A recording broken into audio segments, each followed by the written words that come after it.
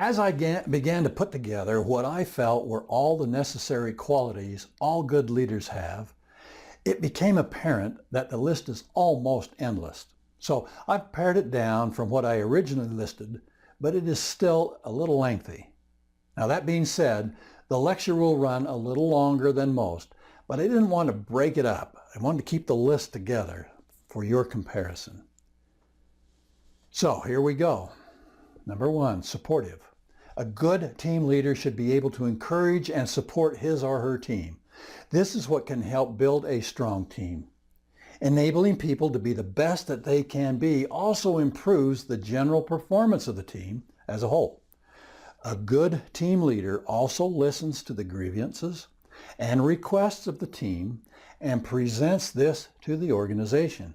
The leader should be willing to effectively represent his team whenever the need arises.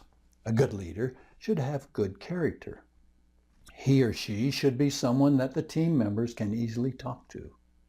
A good leader knows where to strike the balance between being friendly and authoritative at the same time. If a team respects their leader, they will be able to follow and work together effectively. However, a team that fears their leader will not be able to work well together. And if they have a leader they don't respect, then nothing is going to get accomplished. A good leader should always be confident. They should be confident in everything that they do. A team may easily fail to follow a person who seems to be unsure about themselves or the task at hand. The team may also fail to respect a leader that lacks confidence. See, a confident leader can also easily inspire others to be their best and work hard at attaining their set objectives. It comes down to the fact that a confident person is more likely to lead a team effectively. There are different types of teams.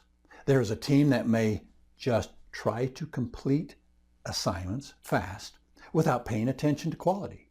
There are others that can't be bothered and normally fail to meet objectives and deadlines. These teams have weak leaders who fail to lead them in the right direction. A good team leader should always have integrity and commitment to excellence, but they also need to keep within the time frame and the budget. They should seek to have the performance from the team that is required. Such a leader ensures that the team remains productive at all times. As a leader, you have to set high standards and equally high expectation levels. This will help your team members to aim high every time. If a team leader isn't focused, then it's very hard for the team to work together to realize their goals. A distracted team is likely to postpone assignments or even fail to work together, if at all, when they don't share common objectives. A focused leader will be firm at ensuring that every member of the team participates in helping achieve the team goals and objectives. He or she normally has their mind set on increasing productivity and the output quality of the team. You can't lead people if you can't express yourself effectively. Communication is not just about just being able to be understood. You need to watch for small issues that may bring a communication breakdown. Learn to be polite and to talk to your teammates with respect. A leader who constantly yells doesn't inspire anyone. You should also not issue orders. That doesn't inspire anyone. Learn to discuss and make requests or assign roles. You should also learn and develop the habit of being a listener. This is a very effective communication skill. You can learn a lot and can work well with others when you learn how to listen first. See, an effective leader should know how to think outside the box. Such a person will be able to make the team develop and progress well. A team will not be able to perform well if they aren't motivated. You need to keep the team in high spirits. You don't have to give incentives, but just have simple things that keep the team motivated. For instance, if someone does something good, it's good to take a note and compliment them. There are teams that acknowledge the employee of the month or employee of the year. This form of appreciation is always welcome in a team, and it is generally motivational to the team members to work even harder. Once your team excels in a project, you should congratulate or show them appreciation as a team. See, a team is normally made up of people of different personalities and ideologies.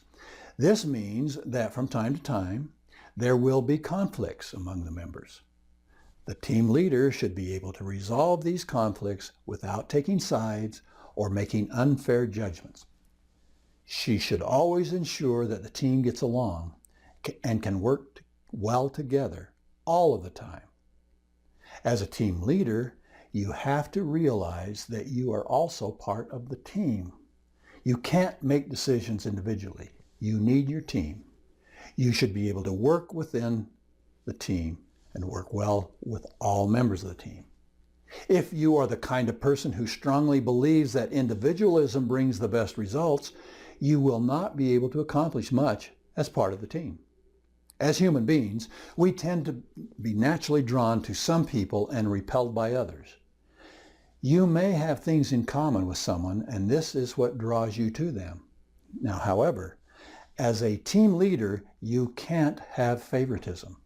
You have to be impartial and treat everyone equally.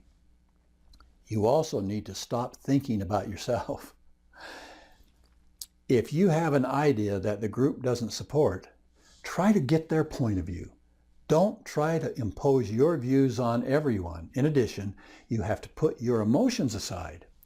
As a leader, you have to stay knowledgeable at all times also.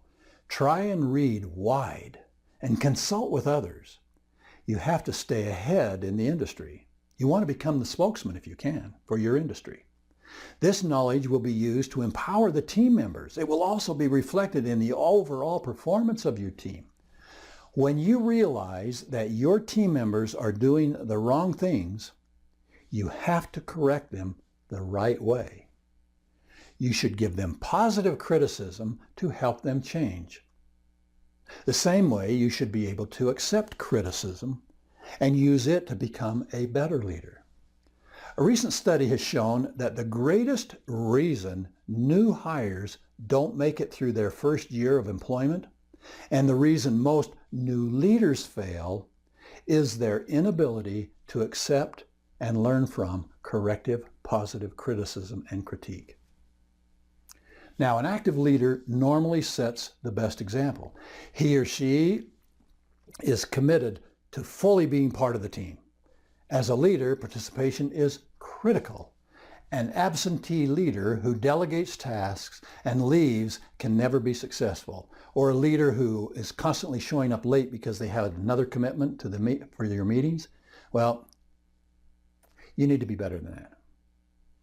A good leader stays involved with her team. She doesn't delegate duties and then go away. Delegation is critical. You need to do that. Just don't go away.